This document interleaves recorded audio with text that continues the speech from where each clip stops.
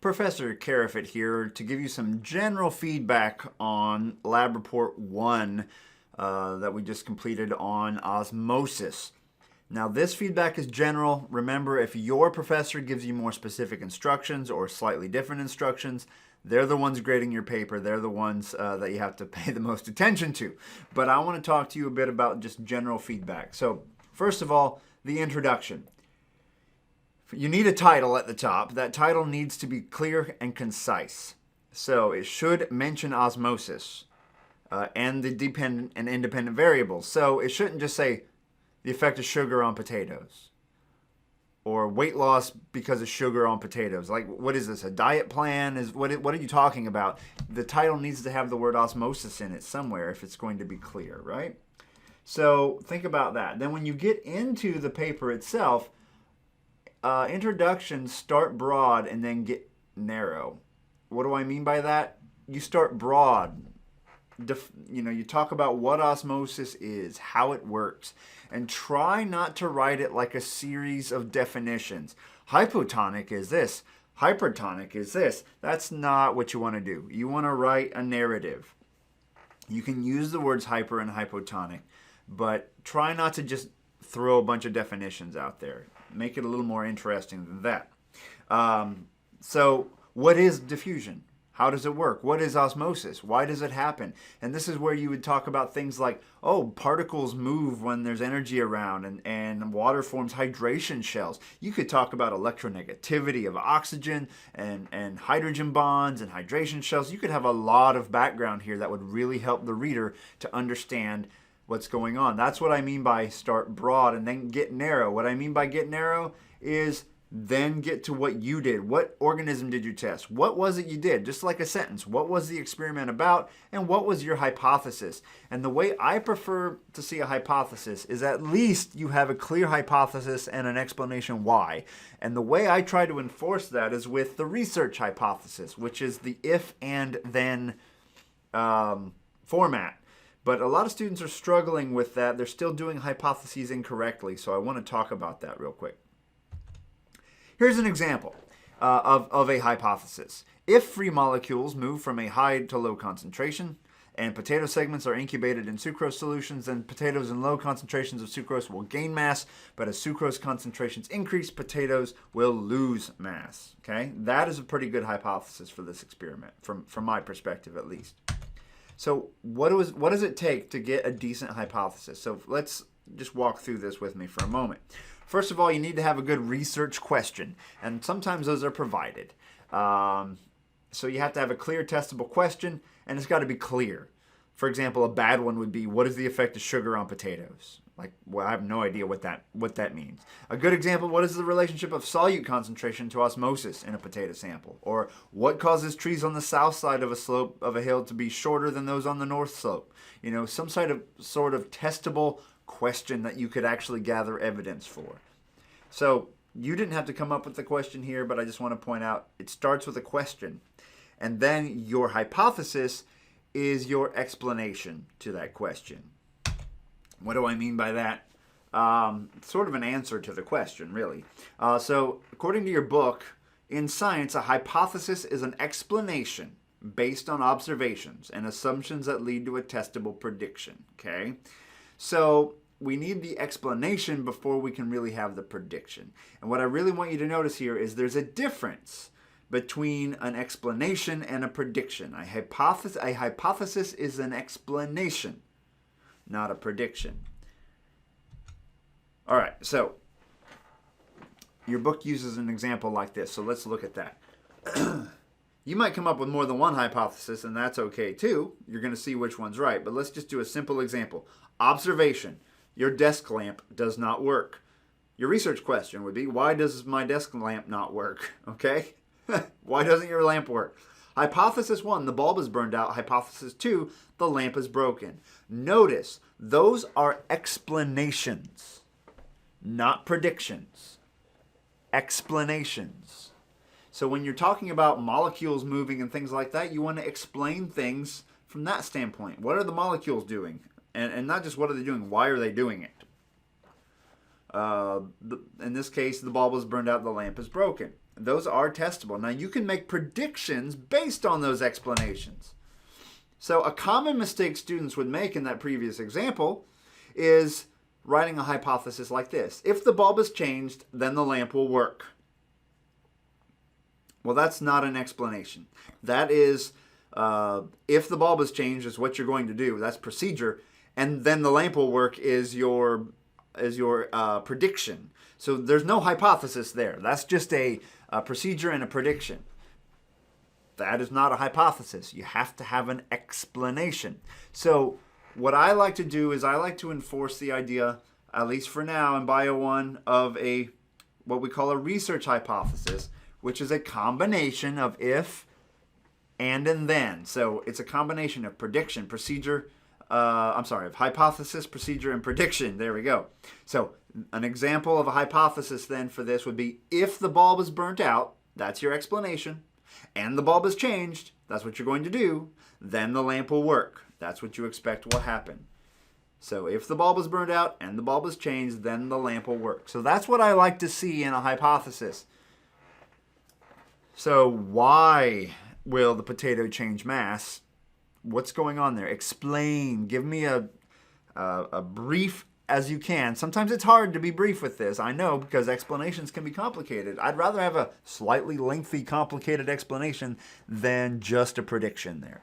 So why do you think the potato will change mass? That's the kind of thing we're looking for. And then what do you think will happen?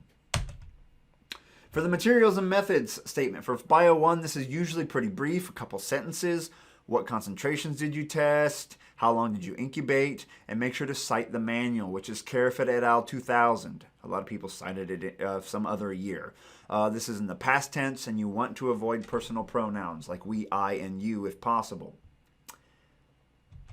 Results. Make sure you write a paragraph describing what happened. It's like a caption except with more information. Give percent change. Give any qualitative data. But don't tell me why it happened. Just tell me what happened. And also, this is a good spot to remind the reader what the unknown concentration was and what concentration would be isotonic to the potato. And you calculate that using the equation of the line. So that'd be a good place for that to go. Some of you put it in your conclusion. That's okay too. I would have expected to see it in the results though. Graph and caption. The y-axis on this figure should be change in mass. Not just mass, but change in mass in grams. And don't forget your error bars. And by the way, if you upload your paper as a Word file, the error bars usually don't show up properly. So I really suggest you upload things as a PDF.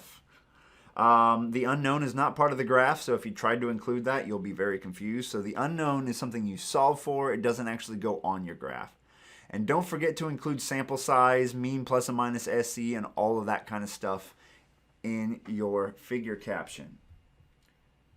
And try to make your graph look good. Don't have labels on one axis over the top of the numbers on that axis. Work on it till it looks good. Discussion. This is often the longest part of the paper, or maybe second in length to the introduction, depending on what you have to say. First of all, was your hypothesis supported or not? It's not going to be proven or disproven. It's going to be supported or not supported, okay? And your hypothesis can't be kind of supported. It either is or it isn't, okay? What causes the trends in the data that you saw? So why did the data, think of like what the data did. Like if your data did this, which is what a lot of your data did, and right here is 0.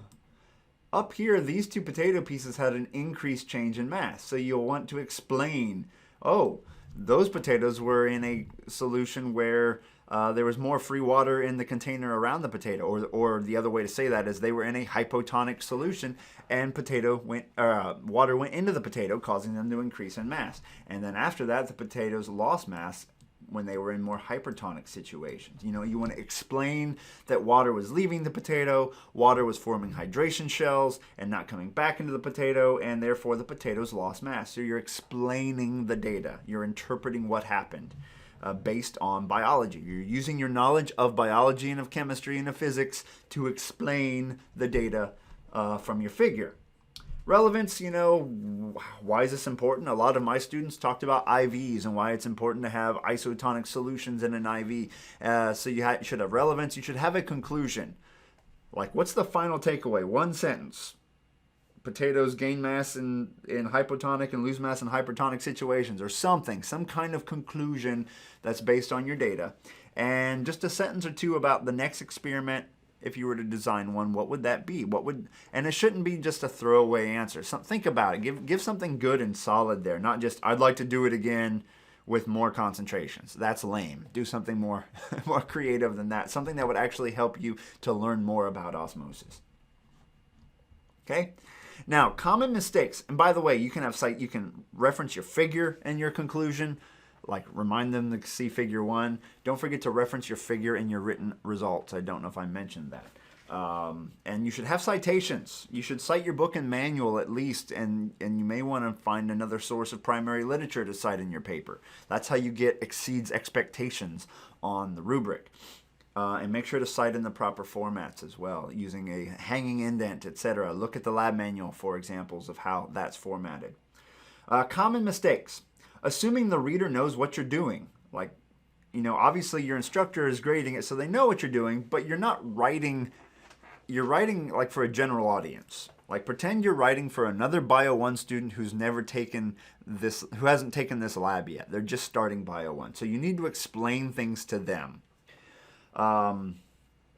Like a lot of times students will just start their introduction with, in this lab we tested osmosis.